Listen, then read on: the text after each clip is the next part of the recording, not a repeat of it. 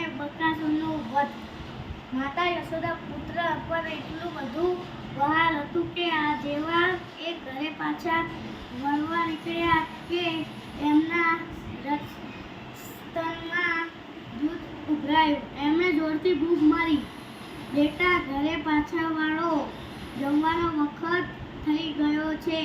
પછી તેમણે ઉમેર્યું, બેટા કૃષ્ણ, ઓ કમલનયન દીકરા, જલ્દી ઘરે પાછો વળ, ધાવવા માંડ. ઘણું રમ્યો દીકરા, તું ભૂખ્યો થયો હોઈશ. બેટા આટલી વાર રમીને તું થાકી ગયો હશે. બલરામને પણ તેમણે હાક મારી, બેટા બલરામ, મારા કુલદીપક, ઘરે પાછો વળ. તારા નાના ભાઈ કૃષ્ણને લઈને ઝટપટ ઘરે આવી જા. સવારથી તમે બહાર રમ્યા કરો છો, તમે બધા ખૂબ થાકી ગયા હશો. ચાલો જલ્દી પાછા ફરો, જમવાનું પતાવી નાખો. તમારા પિતા નંદ મહારાજ તમારી વાટ જોઈ બેસી રહ્યા છે. હજી એમણે ભોજન લીધું નથી. તમે બધા જમી લો, પછી જ એ જમશે. નંદ મહારાજ પોતાની વાટ જોઈ બેસી રહ્યા છે.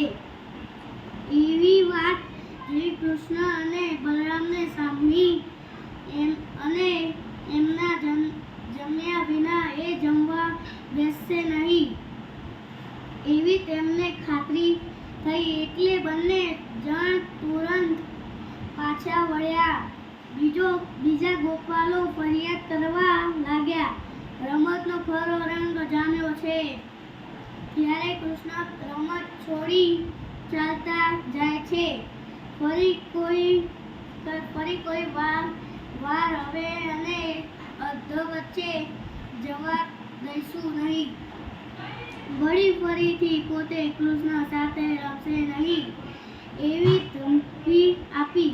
કૃષ્ણને ભય લાગ્યો એટલે ઘરે જવાને બદલે એ મિત્ર મંડળી તરફ પાછા વળ્યા અને રમતમાં ભળી ગયા.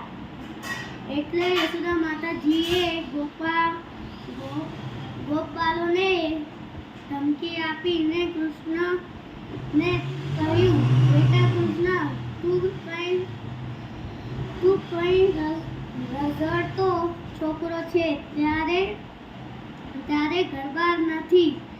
ચાલ ઘરે પાછો વળ. સવારના પહોરથી રમવાના વળ્યો છે એટલે તારું શરીર કેટલું ગંદુ થઈ ગયું છે. ચાલ જલ્દી ઘરે ચાલ, સ્નાન કરી લે. વળી આજે તો તારી વર્ષગાંઠ છે, તારે જન્મોત્સવ ઉજવવાનો છે. તારે વહેલા ઘરે આવી જવું જોઈને. તારા ગોઠિયાઓને એમની માતાઓએ કેવા સુંદર વસ્ત્ર અલંકારો પહેરાવ્યા છે, જોતો નથી. તારે પણ વેળાસર નાહી ધોઈ